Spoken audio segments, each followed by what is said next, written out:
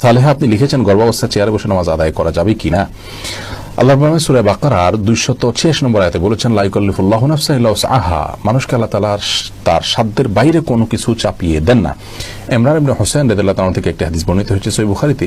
তিনি একবার নবী সাল্লাল্লাহু আলাইহি ওয়াসাল্লামের কাছে বলেছেন, ইয়া রাসূলুল্লাহ, আমি এমন একটা রোগে আক্রান্ত যে রোগটা আপনার আমরা যেটাকে একশিরা বা যেটাকে আপনার পাইলস বা এই জাতীয় অ্যানাল ফিসার জাতীয় রোগ বলতে পারি, এরকম একটা রোগের কথা তিনি বললেন। তখন নবী করিম সাল্লাল্লাহু আলাইহি সাল্লাম তাকে বললেন, তিনি বললেন যে অবস্থা আমার সালাত পড়তে কষ্ট হয়। তখন তিনি বলেছেন, তুমি দাঁড়িয়ে সালাত আদায় করো যদি পারো, আর যদি না পারো তাহলে বসে পড়বে, আর না হলে তুমি কাত হয়ে বা শুয়ে পড়বে।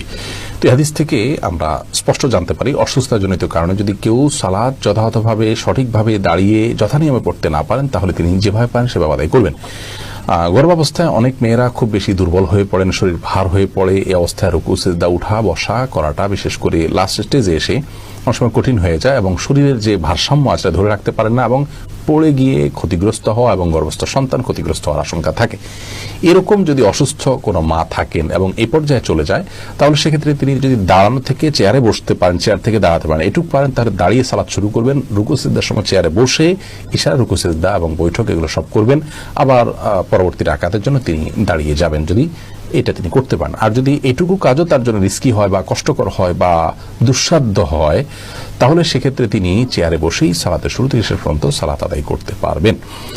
আর যদি এরকম সমস্যা না থাকে, নিছক আরামায়েশের জন্য, নিছক তথাকথিত আপনার ভয় বা রিস্ক, যে রিস্কটা আসলে ওরকম জোরালো কোনো রিস্ক না, এরকম মনে করে তিনি চেয়ারে বসে সালাত আদায় করেন, তাহলে কিন্তু সালাত হবে না।